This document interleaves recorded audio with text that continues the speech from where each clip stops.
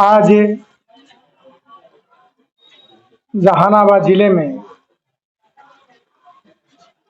हम सारे 5 पार्टियों का जो एनडीए गठबंधन में शामिल हैं उनके प्रवक्तागण मौजूद हैं। हमारे बगल में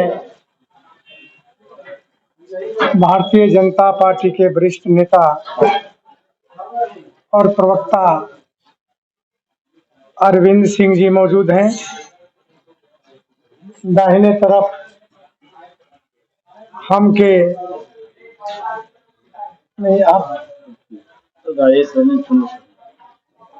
राजेश रंजन चुन्नू शर्मा जी मौजूद हैं। विनीत सिंह लोजपा आर के प्रवक्ता मौजूद हैं और राष्ट्रीय लोक मोर्चा के राहुल कुमार जी मौजूद हैं। ये प्रेस कॉन्फ्रेंस का मकसद जिस प्रकार एनडीए में राष्ट्र और राज्य स्तर पर एकजुटता है, उस एकजुटता को और मजबूत बनाने के लिए बिहार के हर जिलों में प्रवक्ताओं का प्रेस से मिल रहे हैं।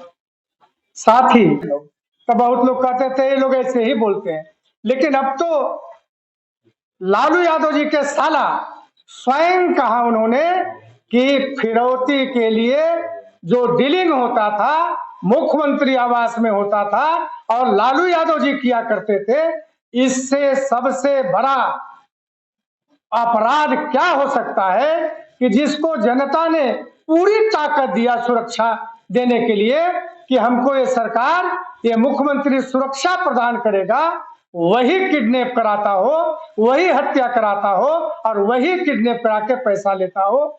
यह दुर्भाग्य बिहार के लिए क्या होता है। लेकिन आज तो वो स्थिति नहीं है। आज चाहे बड़ा हो छोटा हो, किसी जाति बिरादरी का हो, प्रिविलेजेड क्लास ही क्यों नहीं हो, अगर कोई अपराध में शामिल है तो कानून कार्रवाई करती है, कोई मरम्मत नहीं करती है। यही कारण है कि कानून और व्यवस्था भी बिहार में ठीक ठाक है। तीसरा मैं अंत में कहना चाहता हूं कि आपने अभी एक बड़ी प्रचलित भाषा लोग बोलते हैं बिहार को बजट में कुछ नहीं मिला, बिहार को बजट, भाई बजट में कुछ नहीं मिला तो अंधा आदमी बहरा आदमी भी देख सकता है, सुन सकता है कि क्या मिला बिहार में। आप तो 10 साल राज में रहे केंद्र में, मनमोहन जी की सरकार में।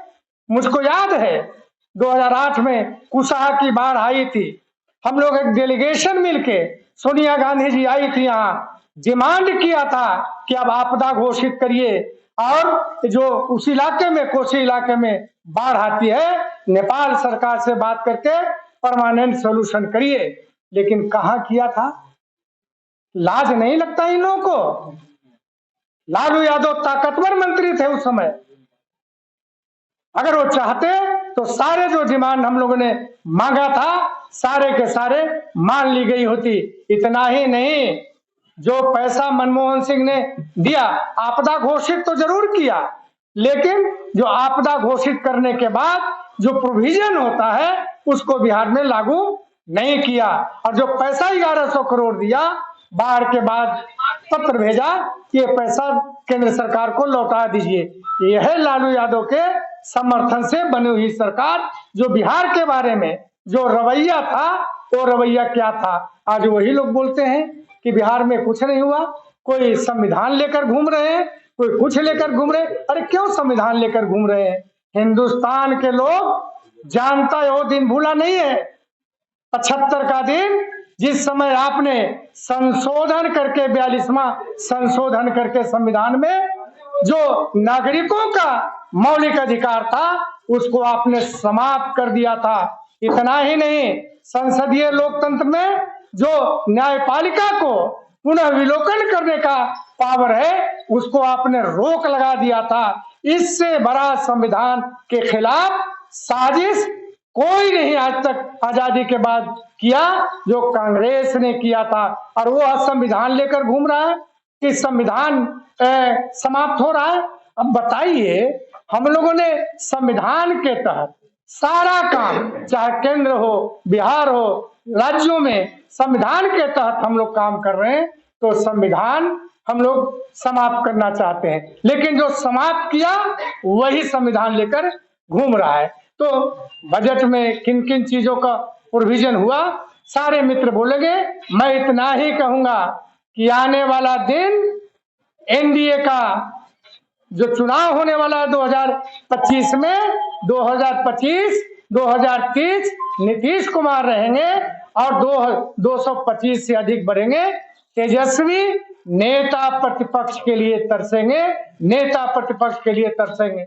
जो हालात उनका है, चाहे खेतों में गोभी असूलें, चाहे बैंगन असूलें या आलू लें, लेकिन तेजस्वी को नेता प्रतिपक्ष नहीं बनना है, ये तय है। सारे जैसे ही तेजस्वी कहता है कि मैं मुख्यमंत्री बनूंगा, बिहार के लोग कांपते हैं, रोवे खड़े हो जाते हैं। वह दिन याद आता है 2005 के पहले कि किस प्रकार बिहार के लोग जीवन 15 वर्षों तक बिताया, वह दिन अब बिताना नहीं चाहता है। इतना ही मैं बात करता हूं। धन्यवाद।